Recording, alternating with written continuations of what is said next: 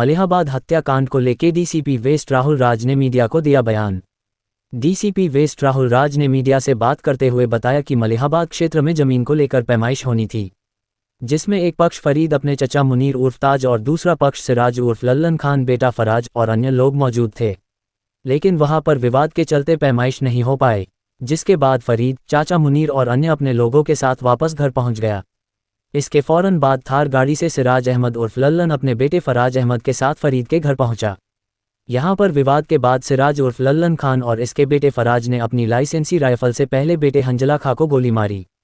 इसके बाद मुनीर और फरहीन को गोली मारकर हत्या कर दी। गिरफ्तारी हुई, क्या पूरा मामला बताइए।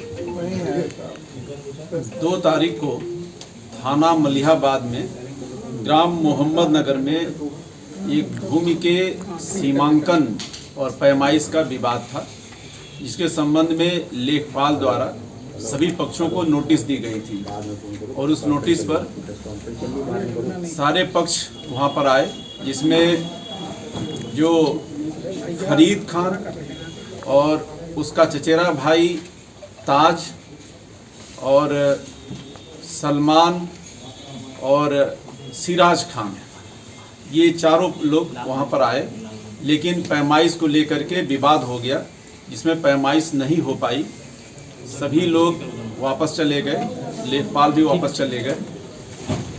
जब फरीद खान अपने घर पहुंचा तो उसके थोड़ी देर बाद ही ये सिराज खान और इसका लड़का फराज खान, ये दोनों भी उसे घर के पास पहुंचे। ये लोग आपस में रिश्तेदार भी हैं, फरीद और सिराज खान रिश्तेदार हैं। वहां जाकर के पुनः इन लोगों के बीच में विवाद हुआ और विवाद के बाद वहां पर सिराज खान ने अपने थार गाड़ी में रखी हुई राइफल से गोली चला दी और उसका लड़का फराज खान भी गोली चलाया, इस गोली कांड में 3 लोगों की मौत हुई। एक फरीद के लड़के हंजला खान की, उनकी पत्नी फरहीन की और उनके चचेरे भाई ताज की। ये गंभीर घटना थी। तत्काल पुलिस आयुक्त महोदय द्वारा, ज्वाइंट पुलिस कमिश्नर और मेरे द्वारा जो घटना निरीक्षण किया गया, अभियुक्तों की गिरफ्तारी के निर्देश दिए गए। घटनास्थल को संरक्षित कर सारे प्रदर्शनों को कब्जे में लिया गया और शवों को पंचायतनामा कर पोस्टमार्टम के लिए भेजा गया। पुलिस की 5 टीमें गठित की गई और तत्काल चारों तरफ से नाकेबंदी की गई, जिसका परिणाम ये हुआ कि अभियुक्तगण अपनी थार गाड़ी और राइफल जो कि यूज किए थे घटना में, वो छोड़ करके भाग गए। एक अभियुक्त अशरफी, उसको भी तत्काल पुलिस द्वारा गिरफ्तारी कर ली गई और पुलिस की कुल 5 टीमें गठित की गई अभियुक्तों की गिरफ्तारी के लिए। थाना माल, मलिहाबाद, रहीमाबाद, काकोरी और दुबग्गा, इनकी 5 टीमें गठित की गई। पश्चिमी जोन की क्राइम ब्रांच, सर्विलांस टीम और सेंट्रल जोन की भी क्राइम ब्रांच टीम लगाई गई ताकि अभियुक्तों को शीघ्र गिरफ्तार किया जा सके। तत्काल अभियुक्तों के परिजन और एसोसिएट्स, इनको हिरासत में ले लिया गया और जब इनसे पूछताछ की गई तो ज्ञात हुआ कि अभियुक्त के पास पोलैंड का पासपोर्ट है और ये विदेश भी भाग सकते हैं। तत्काल एयरपोर्ट अथॉरिटी के माध्यम से चारों तरफ हर जगह, हर एयरपोर्ट पर जो है मैसेज दे दिया गया, इनका आधार कार्ड दिया गया ताकि ये भाग न सके। लुकआउट नोटिस जारी की गई, नाकेबंदी कर दी गई। ये भी एक सूचना मिली हम लोगों को कि चूंकि अभियुक्तों को ये पता चल गया है कि एयरपोर्ट पर जो है सारे जगह इनकी घेराबंदी है, तो ये उत्तराखंड के रास्ते से नेपाल भाग सकते इनको या डराने धमकाने आए थे? जी, ये जब आए थे तो मूलतः क्या है कि जिनकी हत्या हुई है और जो अभियुक्तगण हैं, ये दोनों आपस में रिश्तेदार हैं। जो मरी है फरीद की पत्नी, वो सिराज की सगी भांजी है, सगी भतीजी है। तो ये सगे रिश्तेदार भी हैं, लेकिन इनके बीच में वर्षों से मनमुटाव था। ये आपसी विवाद था इनके बीच में, पहले से चल रहा था।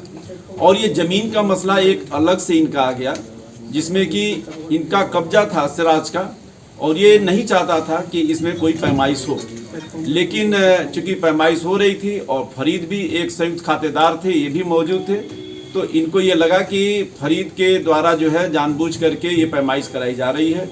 और उस चक्कर में इन्होंने जो है यहाँ मौके पर विवाद किया, और मौके पर भी हुआ, और जहाँ घटनास्थल जहाँ पर हत्या हुई है वहाँ घर के अंदर घुसकर भी वहाँ पर आपस में, चूंकि रिश्तेदार भी थे, घुसकर भी वहाँ विवाद किए।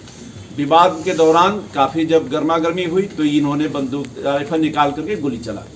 सर, पुलिस को क्या सूचना दी गई थी पैमाइश की कि राजस्व के लेखपाल द्वारा या किसी संबंधित अधिकारी द्वारा? जी, इसमें पुलिस के पास कोई सूचना नहीं थी, पुलिस को कोई सूचना नहीं थी।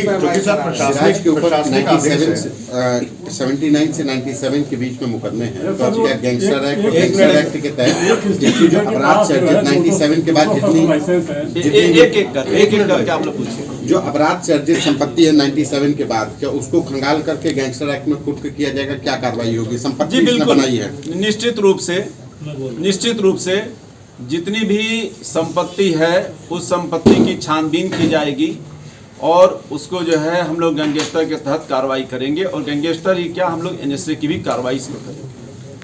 पूर्व में जो अधिकारियों की अनुकंपा प्राप्त करके इन्होंने लाइसेंस और तमाम चीजें हथियाई है, उसको नहीं, वो चीज़ें मैंने बता दिया कि हम पूरी चीज़ों की जांच कर रहे हैं। अभी तो हम गिरफ्तारी किए हैं इनकी, अब इनके हम सारे जो है डिटेल्स की जो है छानबीन करेंगे, इनकी कितनी संपत्ति है, कहाँ कहाँ क्या है, वो सारे जो है हम लोग खंगाल करके और सारी जो है की जाएगी। राजस्व कर्मियों के खिलाफ कोई रिपोर्ट बन के जाएगी पुलिस की तरफ से? जी, राजस्व कर्मियों के खिलाफ कोई रिपोर्ट बन के जाएगी पुलिस की तरफ? ये राजस्व विभाग बता पाएगा। ये नेपाल और पाकिस्तान से भी तमाम पशु पक्षियों को रखे हुए था। क्या इसका नेपाल और पाकिस्तान कनेक्शन भी खंगाला गया है कि वहाँ पे बिल्कुल खंगालेंगे जी, बिल्कुल खंगालेंगे। इसके बारे में काफ़ी जानकारियाँ मिली हैं, जिसमें कि नेपाल कनेक्शन और ये सारे हैं, और पशु पक्षियों के ये बहुत ही शौकीन रहा है शिकार करने का, तो वो सारी चीज़ें थी, तो हम लोग वो सारी चीज़ें जो है डिटेल्स जो है छानबीन करेंगे। हमारे चैनल को सब्सक्राइब करें और बेल आइकन दबाएं ताकि आप तक पहुंचे हमारी हर खबर सबसे तेज।